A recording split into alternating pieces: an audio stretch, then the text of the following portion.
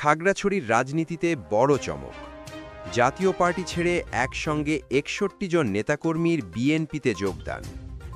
একই রাতে যোগ দেওয়ার দাবি আরও ২৬ জামায়াত সমর্থকের। এতে কি বদলে যাচ্ছে পাহাড়ি রাজনীতির হিসাব? সব বিস্তারিত জানতে ভিডিওটি শেষ পর্যন্ত দেখুন। খাগড়াছড়িতে জাতীয় পার্টির বড় ভাঙন দেখা গেছে। গতকাল শনিবার রাতে জেলা সদরের কলাবাগান এলাকায় খাগড়াছড়ি আসনের বিএনপি প্রার্থী ও জেলা বিএনপির সভাপতি ওয়াদুদ ভূঁইয়ার হাতে ফুলের তোড়া দিয়ে জাতীয় পার্টির ৬১ জন নেতাকর্মী আনুষ্ঠানিকভাবে বিএনপিতে যোগ দেন। একই সময় ২৬ জন জামায়াত সমর্থকও বিএনপিতে যোগ দিয়েছেন বলে দাবি করেছে জেলা বিএনপি। বিএনপিতে যোগ দেওয়া সবাই খাগড়াছড়ির দীঘিনালা উপজেলার বাসিন্দা। তাদের মধ্যে রয়েছেন জাতীয় পার্টির দীঘিনালা উপজেলা শাখার জ্যেষ্ঠ সহসভাপতি মোহাম্মদ জান মিয়া, সহসভাপতি খলিলুর রহমান, দপ্তর সম্পাদক রফিকুল ইসলাম সহ আরও বহু নেতাকর্মী।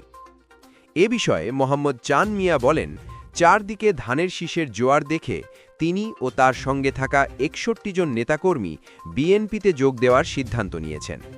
ভবিষ্যতে তারা বিএনপির পক্ষে নির্বাচনী প্রচারণা সহ সব রাজনৈতিক কর্মকাণ্ডে সক্রিয় থাকবেন।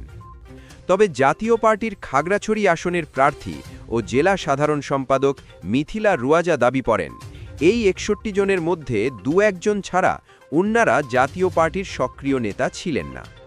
এর ফলে আসন্ন নির্বাচনে কোনো প্রভাব পড়বে না বলেও জানান তিনি। অন্যদিকে জেলা জামায়াতের সেক্রেটারি মিনহাজুর ইউসুফ বলেন, জামায়াতের কেউ বিএনপিতে যোগ দেয়নি, এটি রাজনৈতিক প্রচারণা মাত্র।